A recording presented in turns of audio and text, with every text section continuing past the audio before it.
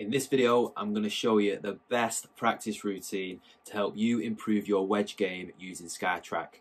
Stick around to the end of the video to find out which 3 features I've used that have helped me become a single-figure golfer.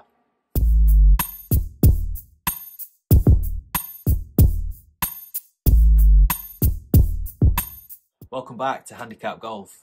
If this is your first time here, then don't forget to head over to the channel and hit that subscribe button for more helpful videos about SkyTrak, golf simulators and a lot of other golfing content. So today I'm going to show you how I like to work on my wedge game using the SkyTrak launch monitor. In my opinion, this is the most effective and fun way of working on your wedge play. So stick around until the end of the video to find out which 3 features I like to use, and we're going to start off with number 1, the wedge matrix. The wedge matrix is a feature within SkyTrak's game improvement plan. 30 yards is about perfect. 8 o'clock swing for me, 30 yards is good. Just the direction was terrible. Titleist V1, I'm going to stick with this throughout the session. Basically, you hit shots using a variety of swing lengths with all the different wedges in your bag. Always align your SkyTrak.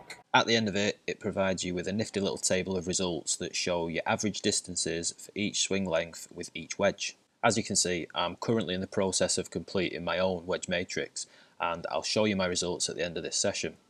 Depending on how many wedges are in your bag, it can take a little bit of time to complete the full activity. This one took me about 30 to 45 minutes, hence why I've speeded up the majority of the footage. Ultimately, you're working on your carry distances and how far each shot type carries with each club. I'd say about 60 is what I was looking at. So whilst I'm completing this drill, I'm looking to replicate each swing and hit the same or a similar carry distance for each shot type with that particular club. Of course, direction is important as well. I've not shown many in this video to save time, but I take a practice swing or 2 before every shot so I can get a feel of how far my backswing should be for that particular shot type. It's not great, is it? 7 yards offline. Get these bad boys in.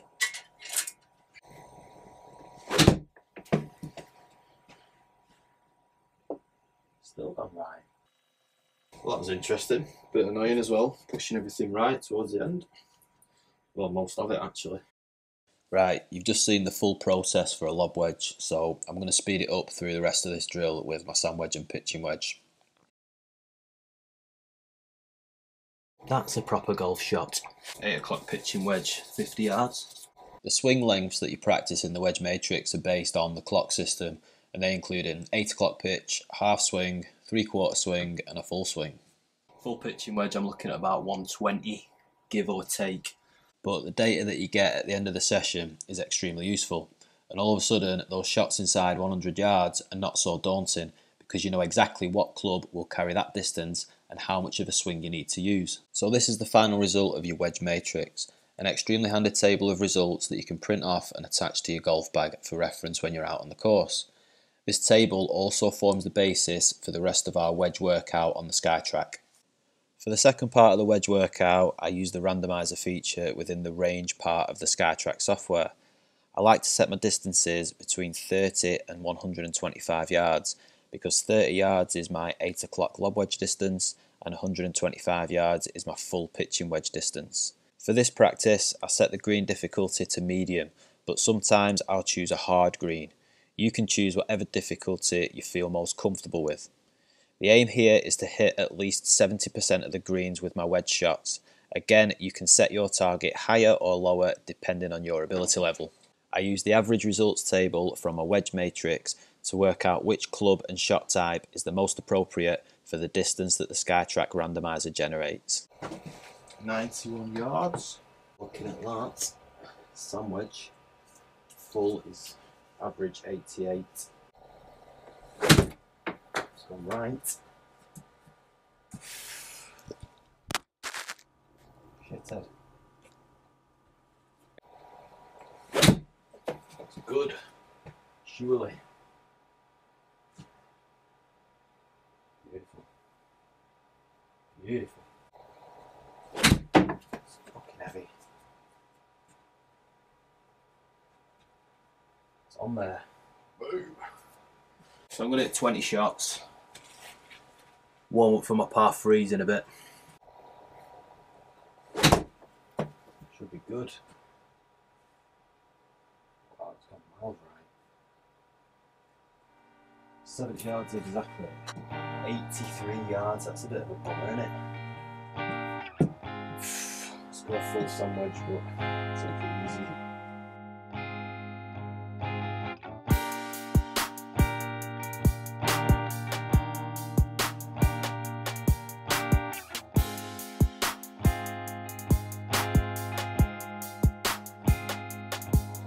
Ugh, that was terrible.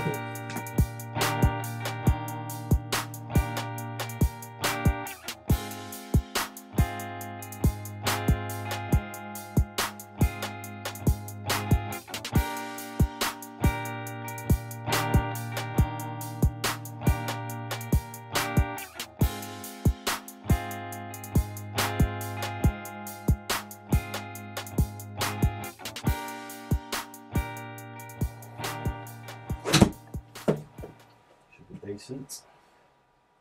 Glorious. That's in the hole.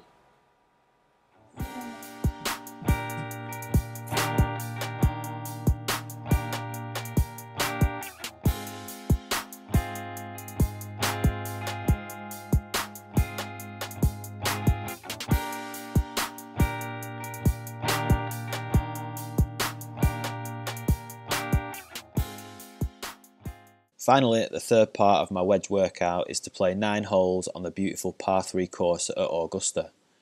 As usual, I set the green speed and firmness to slow and soft, but more importantly, I play off the red tees, which are only 609 yards. This allows me to work solely on my wedge game and different lengths of swing, but it also allows me to play my shots tactically as I would need to in real life. Of course, for this part of the wedge workout, you're going to need the Golf Club 2019, E6 Connect or any other simulation software that allows you to play courses. This just adds a more realistic element to your wedge practice because you now have to factor in elevation, wind and undulations when playing shots. The aim here is to simply get your carry distances as close as you can to your intended target. I'm aiming to hit every green in regulation as a minimum, have 2 putts and get out of there with a par. Anything better than that is a bonus and anything worse is just disgusting. I set gimmies to anything inside 6 feet, so if I can hit my approach to that, then brilliant. If not, it allows me to work on distance control with my putter at the same time. The flag on this hole was 73 yards away and 8 feet downhill, so with a long green and the flag set at the back, I'm looking to carry the wedge shot about 60 to 65 yards. After checking my wedge matrix results from earlier, I hit an easy half swing pitching wedge and ended up 12 feet from the pin. Oh boy. This was a tricky one, being 27 feet downhill, so I took a calculated guess with the club and swing selection, and I'll just let the video do the rest of the talking. Oh, it's heading for the green here.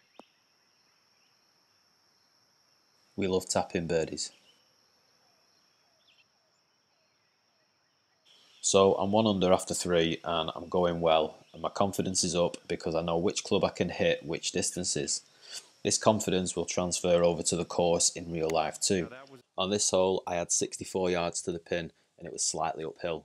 I know from my wedge matrix that a half swing sand wedge carries on average 58 yards. With the pin a little towards the back, I felt that 58 yards should get me to the heart of the green, and with a little bit of roll out it could carry the 64 yard total. Despite pushing the approach a little, the ball finished pin high on the fringe and it was a simple 2-putt par from there. On the 5th I had 59 yards slightly down the hill. An 8 o'clock pitching wedge carries on average 49 yards, so with less spin from that 50-degree wedge, I felt like it would roll out somewhere close to the 59 yard total distance, which it did and left me putting for a birdie.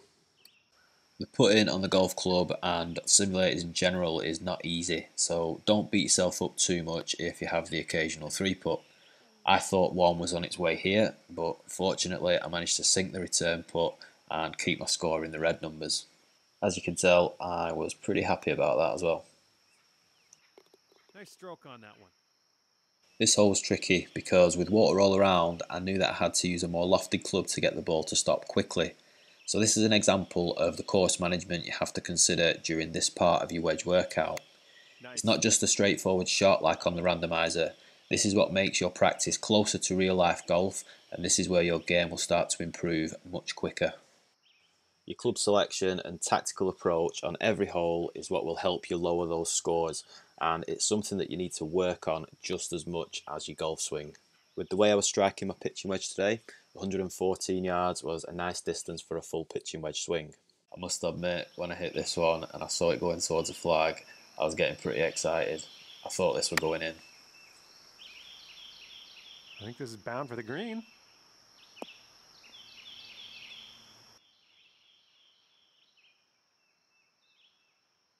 At this point, I'm 2 under par with 2 holes to play.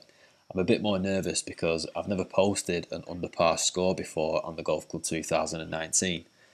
Yeah, I'm playing par 3s from 70 to 120 yards, but I don't care. Again, this is the sort of stuff that makes you practice more and more like real life, because you can't really replicate any pressure when you're just using the SkyTrak's features. If you're in any doubt, go and get yourself the Golf Club 2019 or E6 Connect or GSPro. They really are awesome, and they add a whole new dimension to your golf practice and enjoyment. The pressure did get to me on the last, because all I was thinking was just don't get a double bogey. I pushed the wedge shot to the right and I decided to chip from the fringe instead of putt. This was a bad decision, but I was just trying to avoid the steep right to left slope on the green. Somehow I managed to hole out and I made par, and with a 2 under round on the card and a solid wedge practice session under the belt, I was a happy man. What? Great putt in there for par. 2 under par to end things here. Well done. Thanks for the round. I enjoyed chatting with you. We'll talk to you next time. So there you go. That's how I like to practice my wedge game using the SkyTrak Launch Monitor. I guarantee you, if you can work on these 3 features regularly, you're going to shave shots off your handicap. You've got the wedge matrix, the randomizer, and then finally you're heading over to the Golf Club 2019 to make your practice that little bit more realistic. Thank you very much for watching. If you're new to the channel, don't forget to hit that subscribe button. Thank you very much, and I will see you again soon.